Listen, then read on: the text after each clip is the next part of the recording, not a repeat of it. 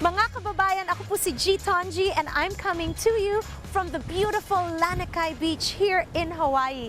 I'm very excited po dahil makakausap ko po ang ating mga kababayan na Filipino dito sa Hawaii. This is our Talk Story Tayo series.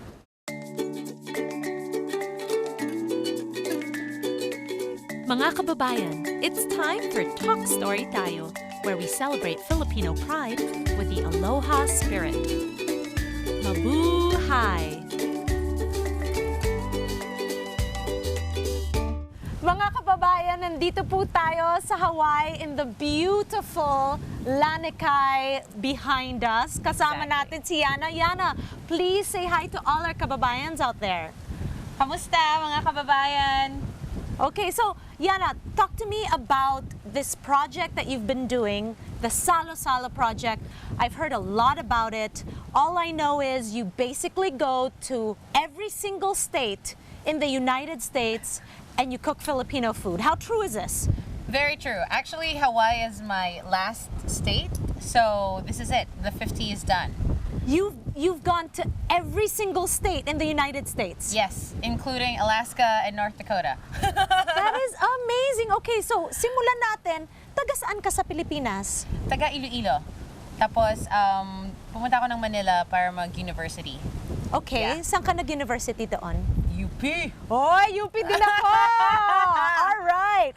And so, the decision to come to America and to do the SALO project, when did you conceptualize this? Or why did you want to do it? Sinimulan ko to nung nasa Brooklyn ako sa New York. So I was doing pop-ups sa Brooklyn, and then after nun, like, medyo patok sa New York. So my friends were like, oh, kailan mo dadalhin ito sa LA? And I was like, oh, maybe I can do a bi-coastal pop-up. And then it just so happened that I got laid off from my real job.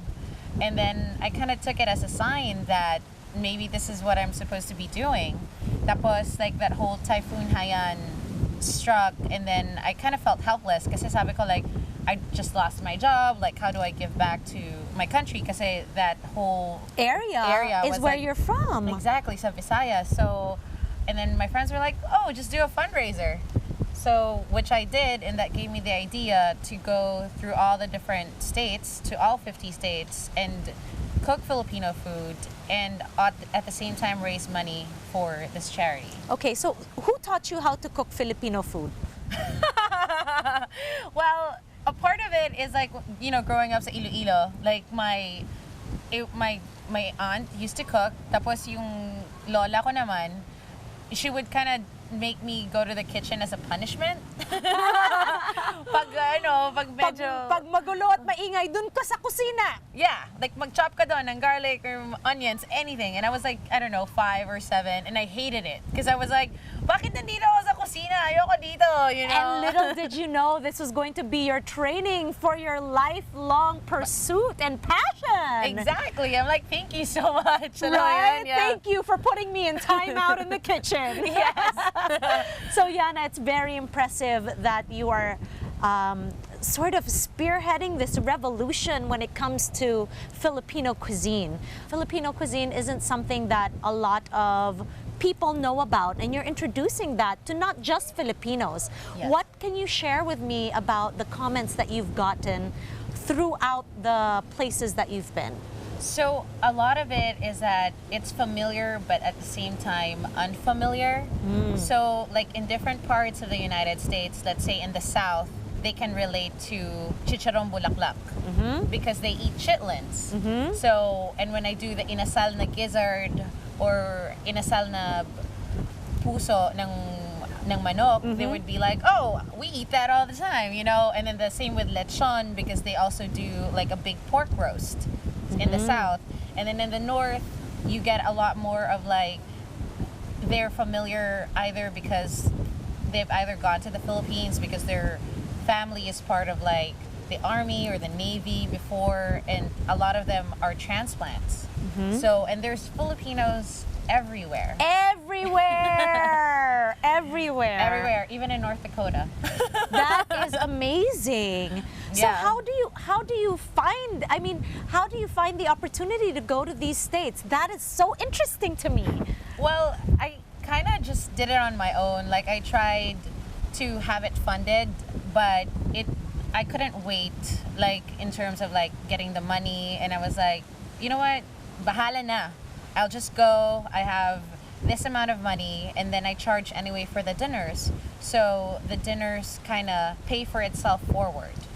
So that's how I've been able to travel and also at the same time bring Filipino food to the different states. I'm just so amazed that you were able to do this project. How long did it take you? A year and like a month. That's pretty good. A year and a month. So after the SALO project, what's next for you?